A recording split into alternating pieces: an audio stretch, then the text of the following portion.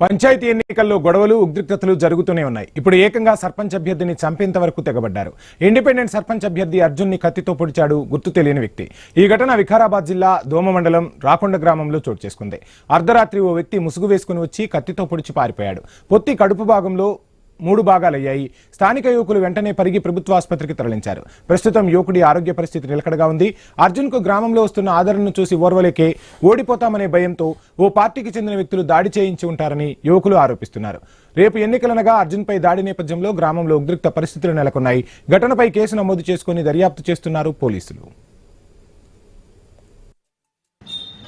ఈరోజు మేము ప్రచారం చేసుకుంటుంటే అర్ధరాత్రి నేను ఒకవైపు వెళ్ళినా మావాడు ఒకవైపు వెళ్ళిన బండి అర్జున్ అయినా ఒకవైపు వెళ్ళింది. అప్పుడు ఆ సందర్భంలో మావానికి కత్తిపోటు అనేది జరిగింది. గుర్తు తెలియని వ్యక్తులండి. మాకైతే అధికారం లేని పార్టీ తరపు నుంచి బెదిరింపులు వచ్చినాయి. దాన్ని బట్టి ప్రూఫ్ గిట్ ఉన్నాయి మా దగ్గర. అవి కూడా చూపెడతాం, అడిగిపిస్తాం ఇట్లా మేము మందితోటి ప్రజలతో అడిగిపిస్తాను.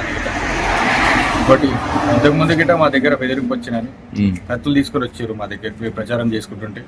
ఏదో కాళ్ళు మొక్కి అది మొక్కి మేము బయట పడ్డాము. దాని తర్వాత ఇంకోటి ఇది గట్టిగా జరిగిందండి. 3 కత్తిపట్టులు పడ్డాయి ఇప్పుడైతే. అదొకటి.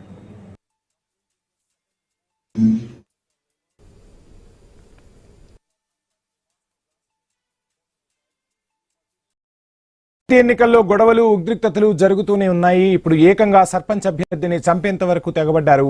ఇండిపెండెంట్ సర్పంచ్ అభ్యర్థి అర్జున్ ని కత్తితో పొడిచారు గుర్తు తెలియని వ్యక్తులు.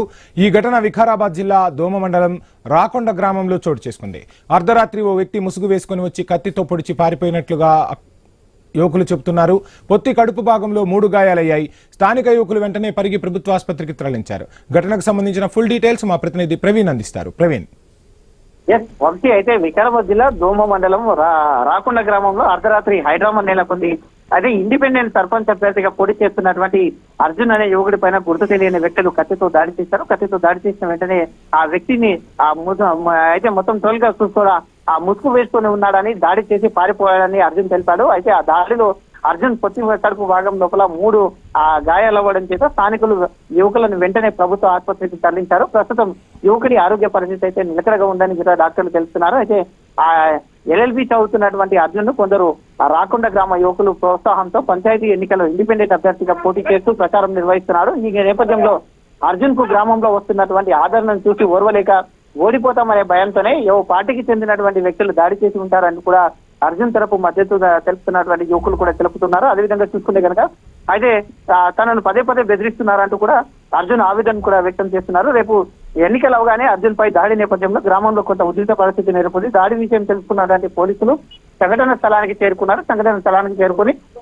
దాడికి గల కారణాలను కూడా పోలీసులు అయితే దర్యాప్తు చేస్తున్నారు. అదే స్వతంత్ర అభ్యర్థిగా పోటీ చేయడం పట్లనే ఈ విధంగా దాడి చేశారు. కొంతమంది ఓడిపోతున్నామనే భయంతోనే ఈ విధంగా దాడి చేశారంటూ కూడా ఆ స్థానికులు ఆగ్రహం వ్యక్తం చేస్తున్నారు. Right, thank you Praveen.